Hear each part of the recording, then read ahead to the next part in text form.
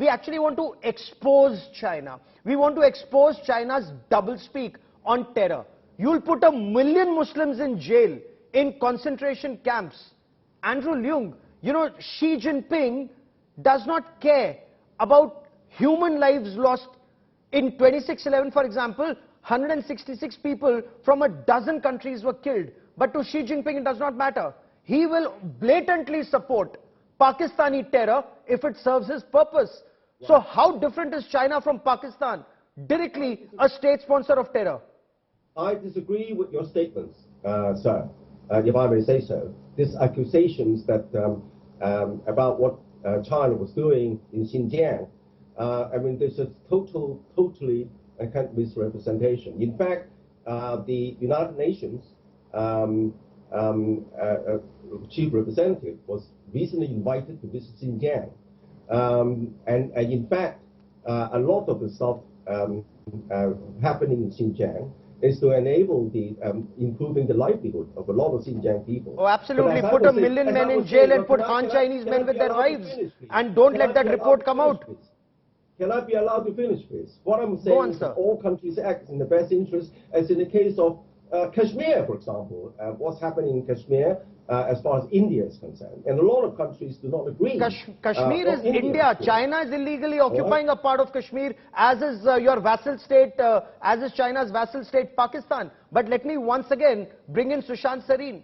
Sushant Sareen, James Bond, Ian Fleming's lines from Goldfinger, once it's coincidence, second it's happenstance, third 3 times it's enemy action. And China has done it more than 4 times. Clearly, India needs to accept this is enemy action and treat China as such. I couldn't agree with you more, Gaurav, on that. I think the Chinese have left no stone unturned to express their open hostility and enmity towards India.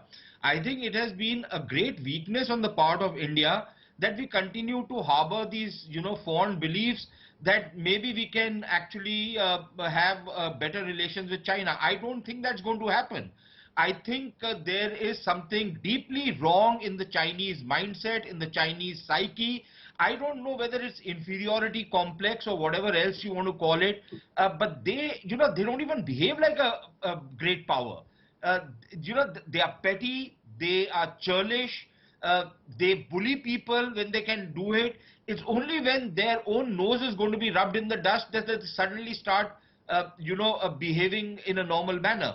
Yes. So frankly speaking, I think there has been a kind of a misreading of China on India's part. And at each stage, Gaurav, you tell me one thing on which the Chinese have behaved in a friendly manner with India. You talk about NSG, you talk about terrorism, you talk about trade, you look at the kind of restrictions the Chinese put on trade with India. And I think we really need to start moving forward on these particular issues.